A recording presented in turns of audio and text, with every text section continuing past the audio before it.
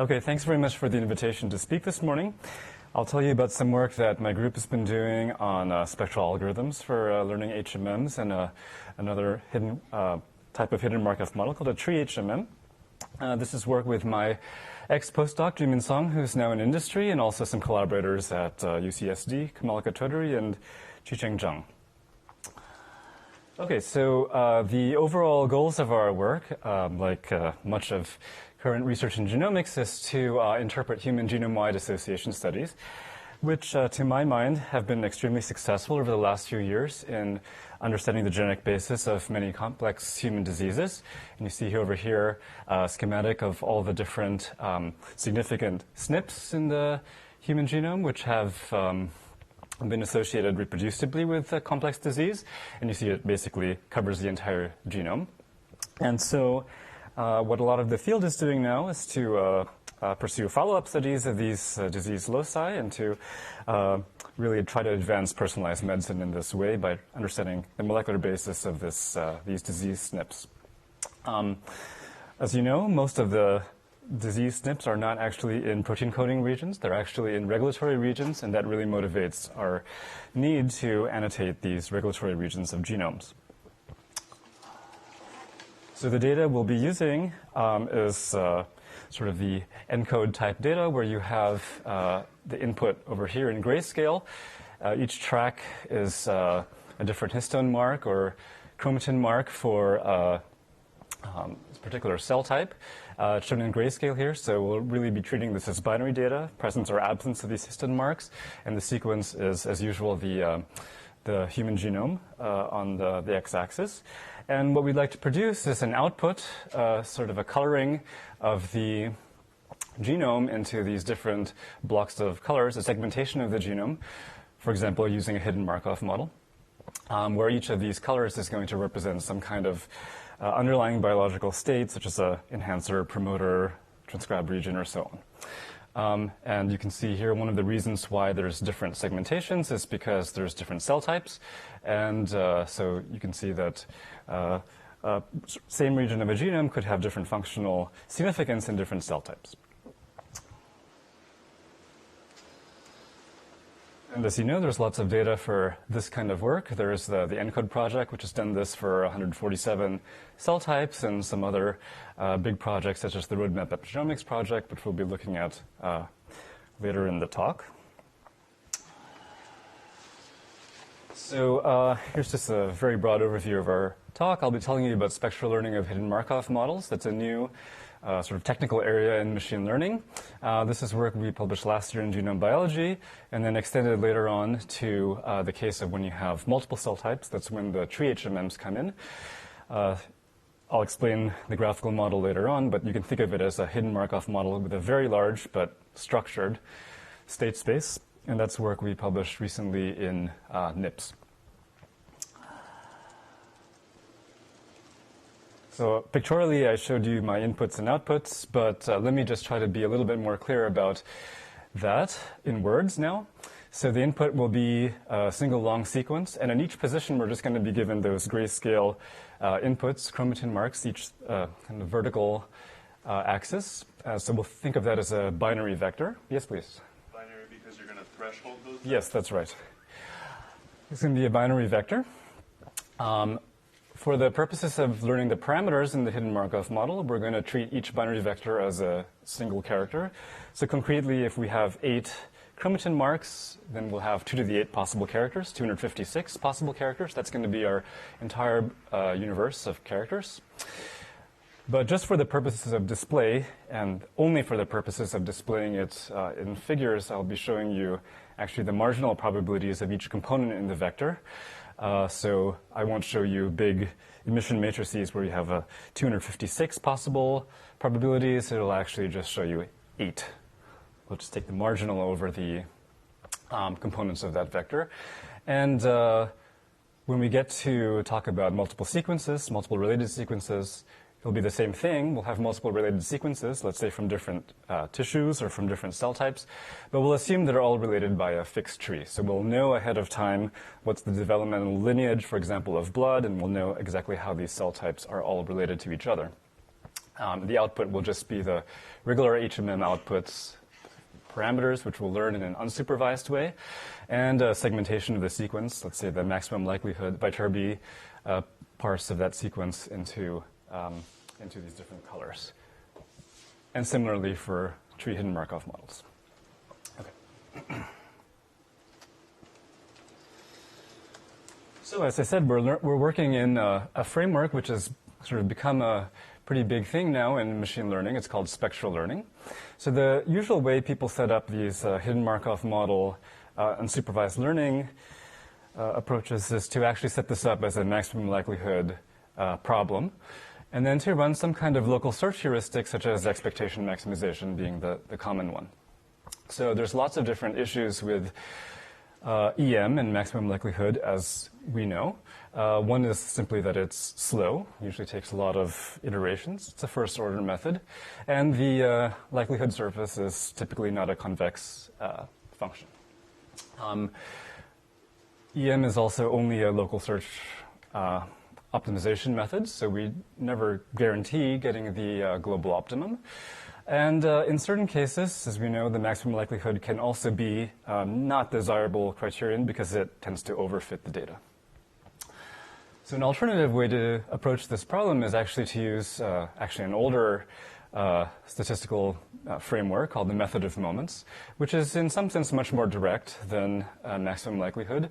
We simply come up with some empirical moments of the data, so think of the covariance or third-order moment and so on, and really try to write that as a function of the parameters and then solve those equations to recover the parameters.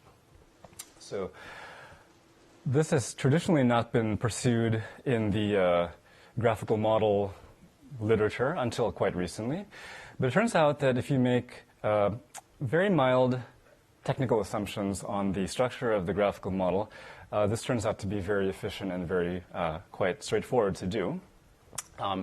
So we'll be able to learn hidden Markov models using only third-order moments, so second and third moments. The second moment is going to be very simple.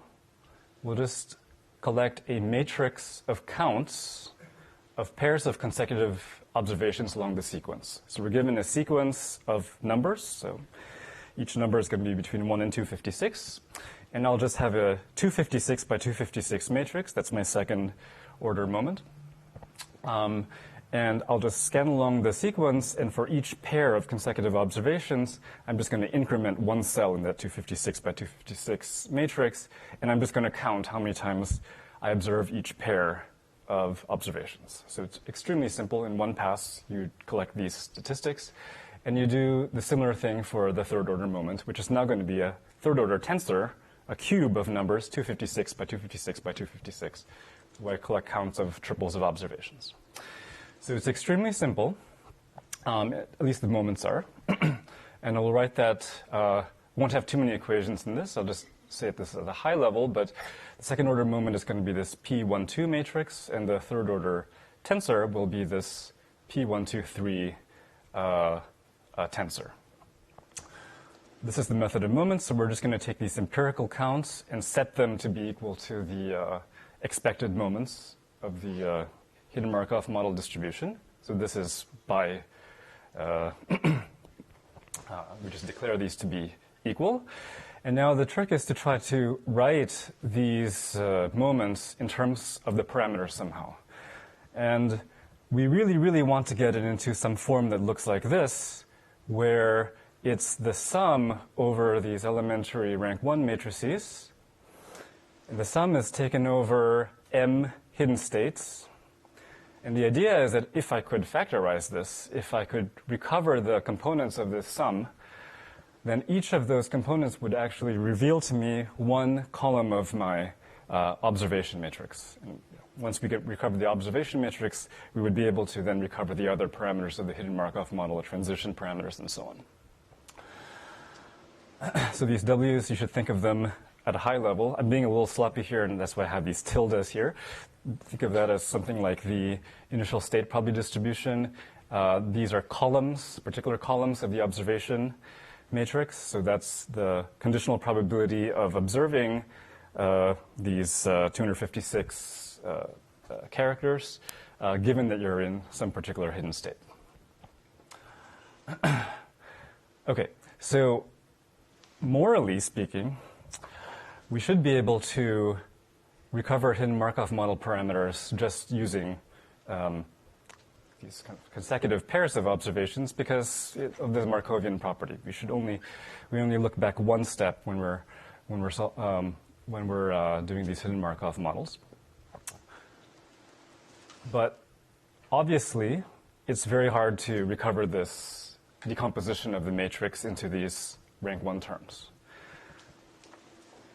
That decomposition in particular is not unique unless you make additional assumptions on these columns.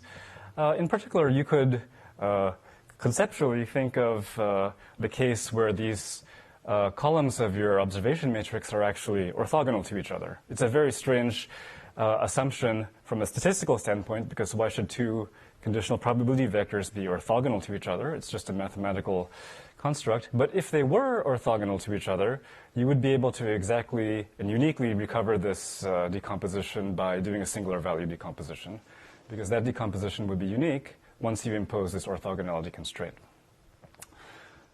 We don't want to make such a strong assumption on the observation matrix, and that's why we have to go up to this third order tensor. So we do the same thing over here, and we can apply a series of tricks. The first one being a kind of simple symmetrization step, which is not very interesting mathematically or statistically, so I'll just say that we can actually come up with some linear transformations to symmetrize the pairs and triples tensors. And then the main step is this, the main insight is that you can use the pairs matrix to actually orthogonalize the triples tensor. And what that does is actually guarantees you that there exists a unique orthogonal decomposition of the triples tensor into these rank 1 components where each of those vectors is actually orthogonal to each other. So think of this as something like PCA, basically. It's essentially what's going on. We're using a correlation matrix, that's the second order moment, to come up with a set of orthogonal directions. And we use that to project the third order tensor, or think of that as the data. We project the third order tensor into those orthogonal directions. So this sort of PCA-like step, or it's called whitening in statistics, kind of guarantees us that we have an orthogonal decomposition. And if you're guaranteed that, then there's a sort of standard, so variations on standard methods such as the power method, where you could recover this orthogonal tensor decomposition exactly. Okay, so that's a very high-level overview of how spectral learning works. But the point of that being that we're now able to compute these method of moments estimators for hidden Markov models and other related graphical models instead of just maximum likelihood estimates using the EM algorithm. So yeah, please. The question is that you view it as a superposition of processes where all the variables are independent within each process, right? All the correlations are generated from taking this mixture of these different... Yes, so you kind of make them independent, yeah. So by playing with the second and third moments, you're able to kind of make the third moment into a mixture where those components are independent, and that's the intuition, right? Other questions? Okay. So we can first ask, how does this method do? So here's our implementation of this. It's called Spectacle for spectral learning. So the first thing, as you might expect, is it's much faster than the EM algorithm. If you take a typical number of states in genomics, which is, let's say, 20 chromatin states, so that's a typical number you see in the literature, then you could see that our learning time would be about 100 times faster. Is that right? Yeah, 100 times faster than ChromeHMM, which is a commonly used and implementation of the EM algorithm for this problem. We've also compared it to another program in the literature called Segway, which is also some version of a hidden Markov model, much more complicated one, but also using the EM algorithm, and it took us about 5 days to train the parameters. And you get to the same solution? Oh, I'll show you that. I'll show you that in much more detail. Just wait one more slide for me. Now, in terms of the empirical sample complexity, now this is something which is a little bit more interesting perhaps for learning theorists. So one nice thing about this kind of spectral learning type methods is that you can come up with sort of pack-style sample complexity bounds. And so there are sort of theoretical guarantees that the sample complexity, the number of sample points you need across your sequence, is polynomial in all the different parameters. Theoretically, it should depend on the distribution of observations in the genome. So in particular, you need to have enough observations of sort of the least common chromatin state, right? That's sort of intuitive. Our data is power law distributed, so we do see quite a lot of observations, even of the least common chromatin state. Turns out that it has an exponent of about 2. And this results in a nice low theoretical complexity, sample complexity. That's a theoretical result. Empirically, if anyone was thinking of running this for any other kind of sequence data in biology, and hidden Markov models obviously are kind of a workhorse tool for lots of biological sequences, empirically what we found is that prediction accuracy actually kind of plateaus after using about 50% of the human genome for training. So this is somewhat typical of method of moments estimators, that they tend to be faster than maximum likelihood estimators, which is why a lot of people use them, but also that they tend to need a lot of data to learn those moments well. And in our hands, we need about 50% of the human genome's worth of data to actually learn these third-order tensors well. So if you had something which was much smaller than that, a sequence much smaller than that, we haven't done a huge amount of experiments, but my intuition is that it would probably not work so well. And maximum likelihood might be a more robust way to actually go about solving that. Please. Prediction accuracy. Right? Parameter estimation or prediction of states? So prediction of biological features, actually, yeah. So using some kind of ground truth data. I don't see how to do it, actually, with you're saying parameter estimation. So we don't have a ground truth parameter estimate to compare it to, yeah. Oh, I guess you could do simulations, but we haven't done that, yeah.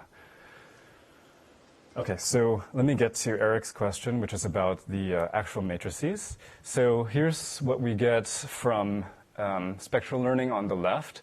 Here's what you get from expectation maximization implemented in this program on the right. So this matrix is the number of chromatin states on the y-axis. There's 20 of them in this experiment. It's a typical number for the literature. But we've done it with other values of the number of chromatin states. And like I said, I'm showing you these observation matrices, but I'm only showing you the marginal probabilities here. So as opposed to 256 long x-axis, it's only an 8 parameter long x-axis. It's in grayscale, so higher values like black are close to probability 1, and white is 0.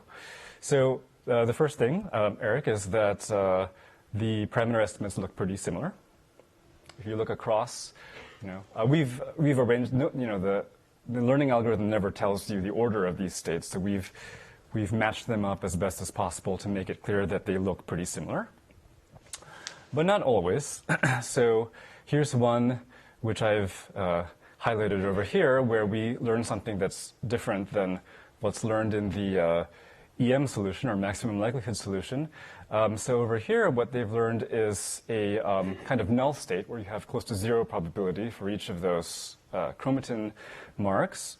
And it's not the only null state in this observation matrix. There's one here, and there's one up here. So they've learned 3 null states.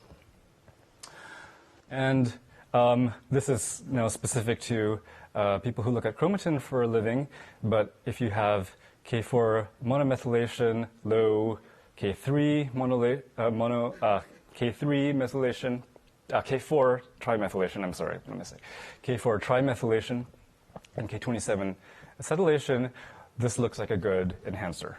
So what we're learning here is some kind of enhancer state.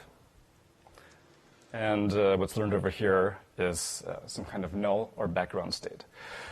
And this is something we would expect from maximum likelihood type methods, which is that if you have a classification problem where you have a very large background state, it could be completely uninteresting, but in our case we have something like 90% of the genome doesn't make it above the threshold level of chromatin marks, so it's really kind of in this null state, then you could overfit the background state and end up with lots of states just modeling the background state. And that doesn't happen in this implementation of method of moments because you have this kind of orthogonal decomposition character to the algorithms, and that really forces the algorithm to learn sort of states which are different from the previous ones. So, yes, please. What length of sequence are you looking at? Length of sequence. What do you mean by that? The whole genome, or what? So are you sort of scanning across the genome and identifying for a given length of sequence it's in this state versus another? Yeah, I'm not 100% sure what you're referring to, but I think it's so the resolution is 200 base pairs in this experiment. So for every 200 base pair, which is about the length of a nucleosome, for every 200 base pair window, there's a binary vector of presence-absence of chromatin marks. So state 9 is not an enhancer state? It is probably an enhancer state, yep. So what's the difference between 9 and 20? Right. So let me show you that next. So we can actually now look at what parts of the genome are actually labeled, let's say in the Viterbi parts of the genome, with these different states. And we can actually, in this experiment, look at we can look at lots of genomic correlates, right? We can look at overlap with promoters, overlap with different types of enhancer marks and so on, enhancer data and so on. What I'm showing you here is going back all the way back to my GWAS motivation, which is that if we look at the enrichment of GWAS SNPs, or disease-associated variants, in these different states, then in this plot, more red is higher enrichment. So what we see here is actually for these diseases, and these diseases are actually relevant to this particular cell type, which is a blood cell type. We see very high enrichment. In fact, the highest enrichment across all of the different states is in this new enhancer state, which we found. And you can compare that to 9 or any of the other ones, and you see that it actually has higher enrichment than that one. So from a purely practical GWAS fine mapping perspective, I would say this is a better state to use than 9 if you're trying to do enhancer predictions. And we've done this with lots of different other genomic correlates, EQTL data, Hi-C, and so on. So we can tell these things apart. Sorry, I don't understand the plot. Why? If the color shows you the enrichment, yeah. shouldn't there be like one enrichment for a state? Why is the color different for each of the marks within the state? Yeah, these are not different marks. These are 3 different diseases. Oh. I'm sorry. Yeah, so this is a different plot. So these are 3 different diseases, all related to the blood cell type. For each disease, we have enrichment for the GWAS SNPs in that disease in these different states. Please. New states you have found, Yeah. do they cover very few bases of the genome? Is that why the Yeah. chromatin cannot discover them and think they're just a quiescent background? Yeah, so somebody asked me that recently. So it's not very small. It's not very small. It's not,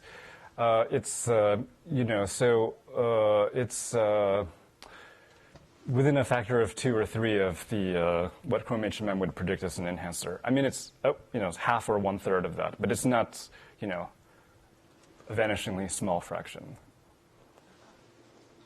I mean, you can think of it if you want to as so we have more states essentially than Chrome HMM, right? Because they have more null states. So you can think of it as their enhancer calls will be split into several sort of sub-enhancers that we would predict, and those fractions are not vanishingly small. It's like maybe 40 to 60.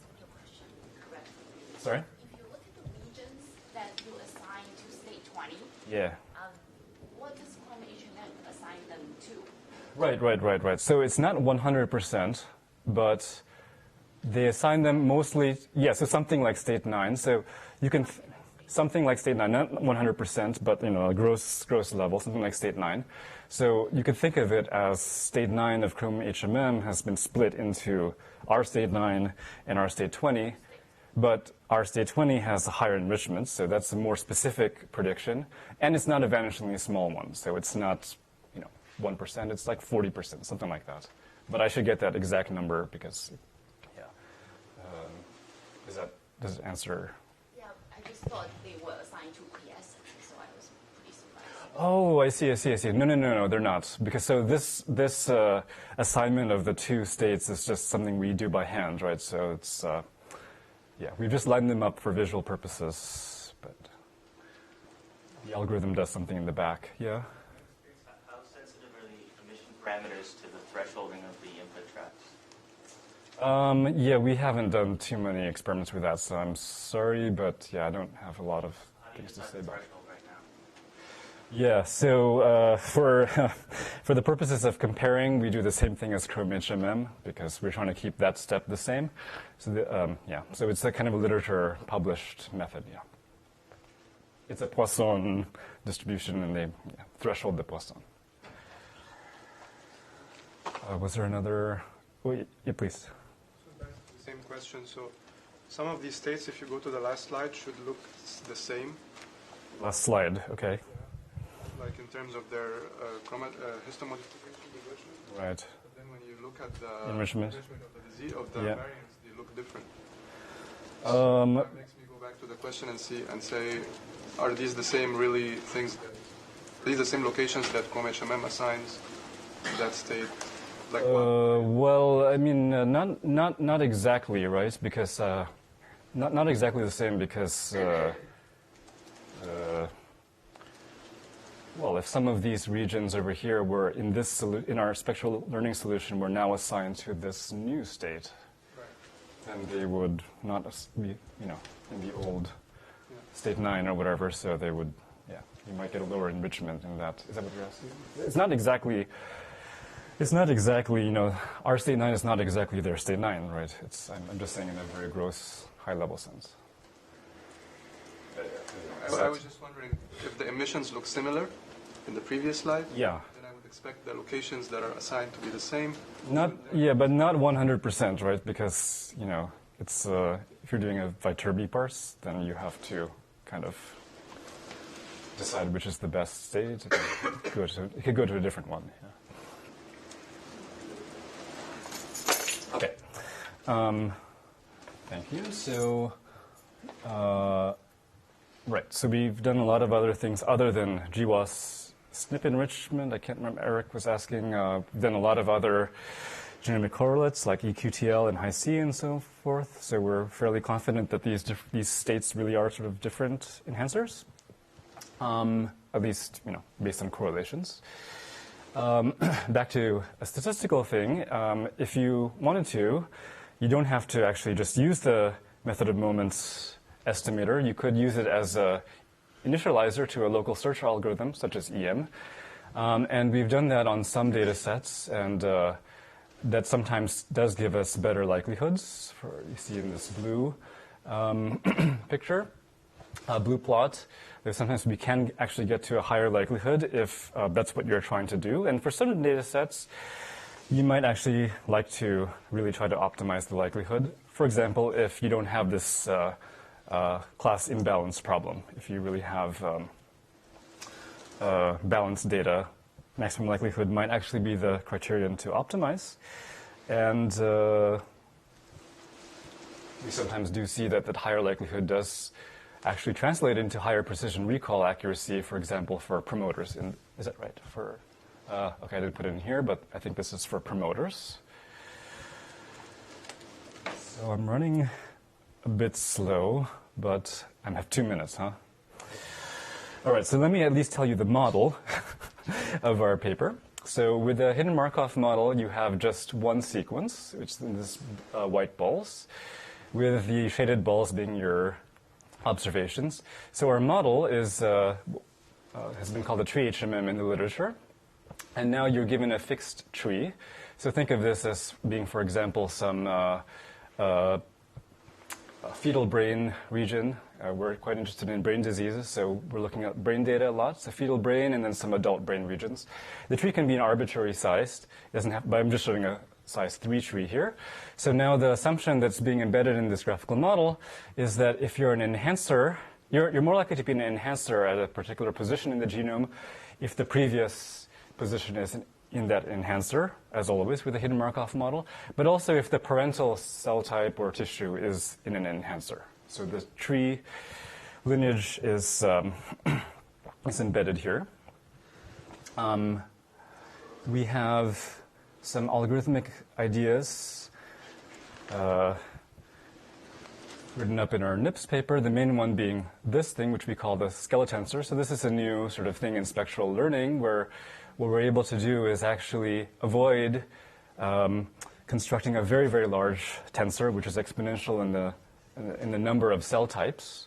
So we want to avoid that kind of large tensor, and we want to really project that into a very small tensor, which is back to the size of just one node in the tree, one cell type, and we call that the Skeletensor.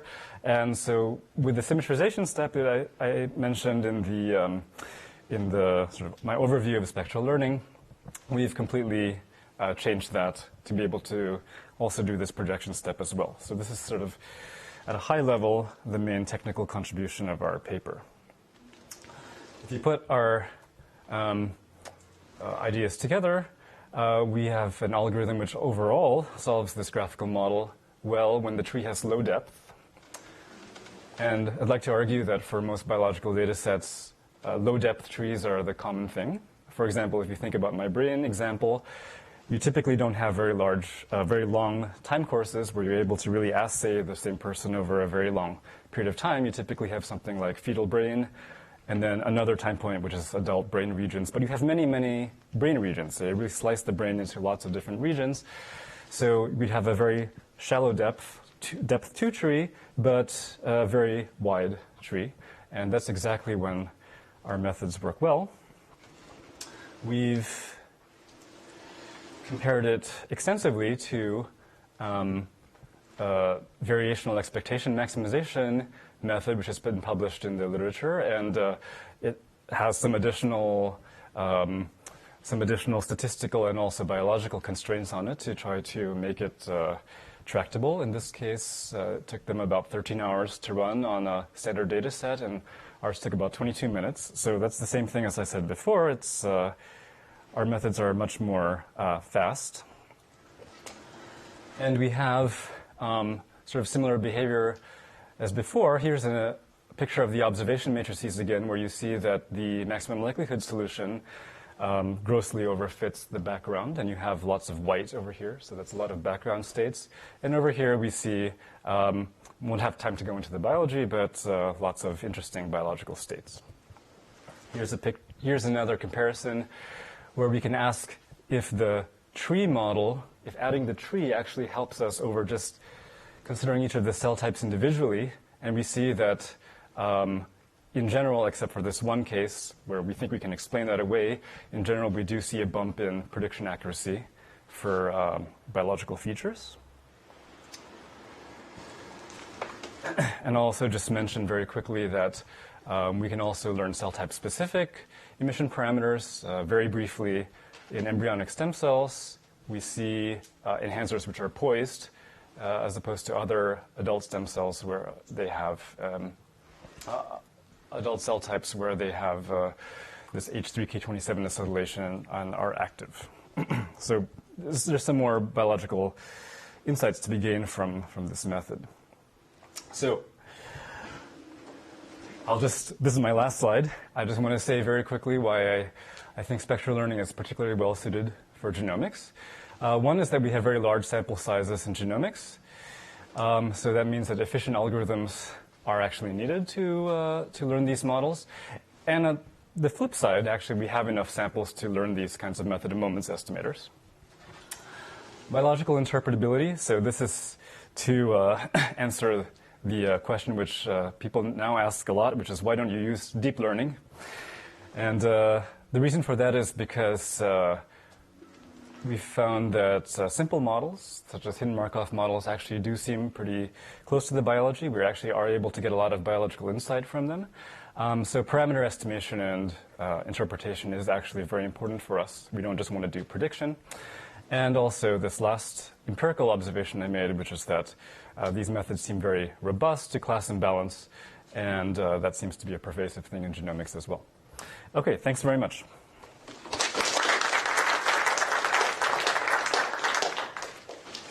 Thank you. There was lots of discussion already. Any? Yeah, sure. Let's go for one question. So when you use a spectral solution to initiate the EM algorithm, Right. I was wondering, when the EM proceeds, does it converge to states that go to zeros, or does it keep the information in the states? Yeah, so that particular thing I showed was for a balanced data set, where actually it is keeping the information in the states, but if you did run it on an imbalanced data set, then it would start to go towards zero, yeah.